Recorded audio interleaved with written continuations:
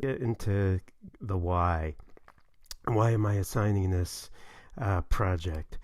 Well, I think that by the end, you will understand how archaeological evidence is used by archaeologists to generate conclusions about the past. So, essentially, how archaeology behaves like a science.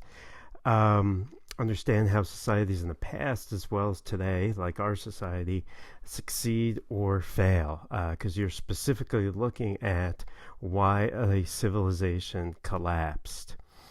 Improve your writing skills and improve oral communication skills. Okay, so the way it's going to work is there's three parts really kind of involved. There's two separate projects on the same topic. There's a group presentation, which you're going to collaborate on, and then there's an individually written research paper on the same topic. So group work, which you're going to evaluate each other at the end of the project, that will be 5 percentage points of your total grade, 100 percentage points. The presentation itself will be worth 5 percentage points, and your research paper will be worth 20 percentage points. Each group is going to be assigned a specific ancient civilization, and the main question you will be exploring is what are the current explanations for how this complex society collapsed, as well as the evidence. So you will not just be talking about the idea that archaeologists propose a major drought spelled the end of the old kingdom of Egypt, for example, but also what is the evidence that they are basing this on. And we'll get a little bit more into the questions you're looking at. And I've outlined these questions in the guide that I'm going to be posting on Blackboard. If at any point you have questions, please ask me. Also, if I'll try and explain exactly what I am talking about, right? So these questions are the same questions you're using for your paper and for your presentation. Okay. You first off want to get into a definition of collapse, because the way let's say the way an engineer defines collapse is not the way an archaeologist is going to define societal collapse or social collapse. So you don't want to just get the Webster Dictionary definition of collapse, because it's not going to be specific to archaeology. It would be like taking a health class and someone asking what's the difference between disease and illness.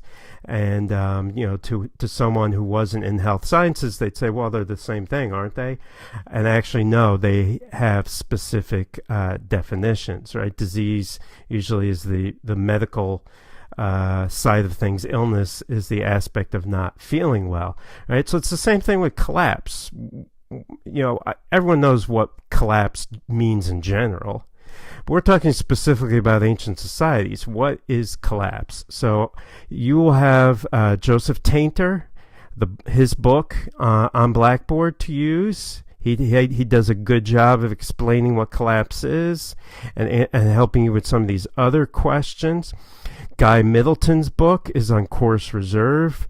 I would suggest you take a look at that book too, because he discusses collapse, and he also has examples from civilizations, just like Tainter does, which you could also use for your paper and presentation. Jared Diamond wrote a book, Collapse. I don't believe we have it on course reserve as an ebook, but that's okay. You might find some of it on Google Books if you decide you want to use his definition. Joseph Tainter and Middleton also provide evidence that archaeologists use to identify a collapse. That is, that a collapse has taken place. This is different from the evidence used to explain why a collapse occurred, right? So again, to give you sort of a medical analogy, the evidence that a collapse occurred are like the symptoms that a patient has. So, you might say this person's not feeling well. And what's wrong with them? They have an elevated heart rate. Their blood pressure is very high. They are nauseous. They are vomiting. those are their symptoms. Right? The evidence that explains the collapse would be something like, they are dehydrated, they're suffering heat stroke, this is what is causing those symptoms. So within an archaeology framework, you're looking at the evidence that tells an archaeologist, this society collapsed around 900 AD. How do we know that? Because it was an enormous city, and we have pottery and radiocarbon dates that date to 900 AD. And then about 925 AD, the whole place is abandoned, and there's no pottery past that time. So it looks like the whole place was abandoned. That's definition of collapse. It was abandoned very quickly. There are other pieces of evidence that archaeologists use to say, yes, this society did collapse. As compared to this society declined very slowly over several hundred years. That's not a collapse. That's very different. So that's the evidence archaeologists use to identify that collapse happened. So you'll explore some of that in the paper and also the presentation. The evidence of a drought doesn't mean that a society collapsed. It means that there was a drought. It could explain why the collapse happened, and that's different. That's not evidence to identify a collapse. That's evidence used to try and explain why the collapse happened. So be very clear on these differences. If you have questions, again, you could always ask me. There may be some discounted theories that are no longer accepted. That is something you might want to mention, right? So, this civilization, back in the 1960s, archaeologists said it collapsed because there was an invasion of outside people. Today, no archaeologist accepts this anymore because the evidence doesn't support it. This would be a previous explanation or discounted theory.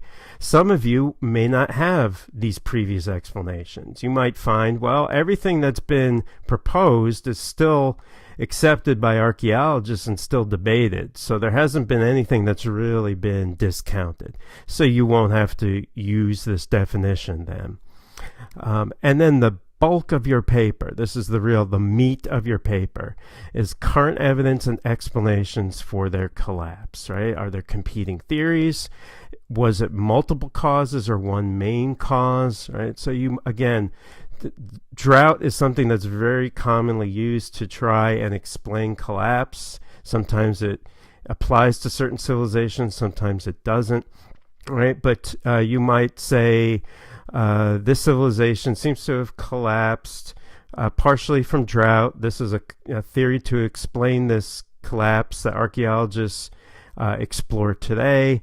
Recently, archaeologists published a paper in this journal where they had climate data that they got from glacier cores and sea cores showing that there was a sharp decrease in rainfall in the 50 years before the collapse of the civilization, right? That kind of thing.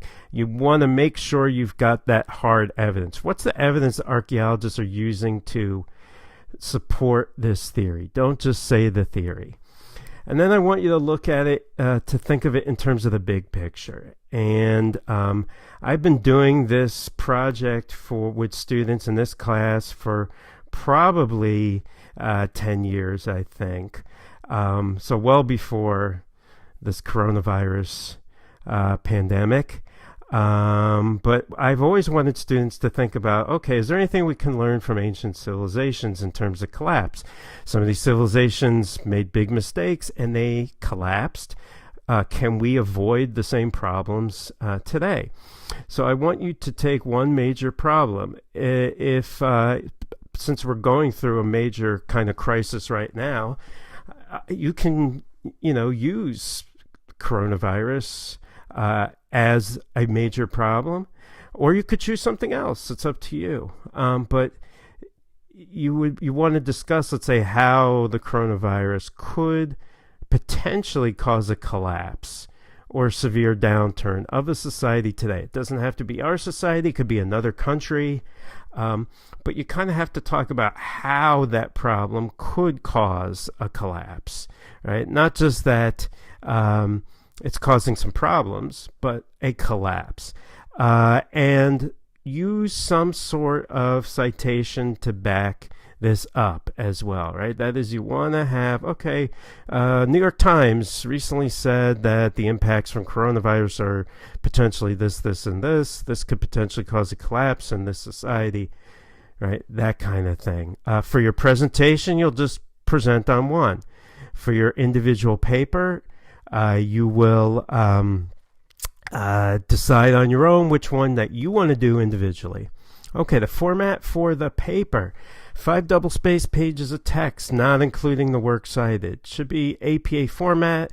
If you want to use another format, that's okay. The most important things are that you have a works cited page and internal citations.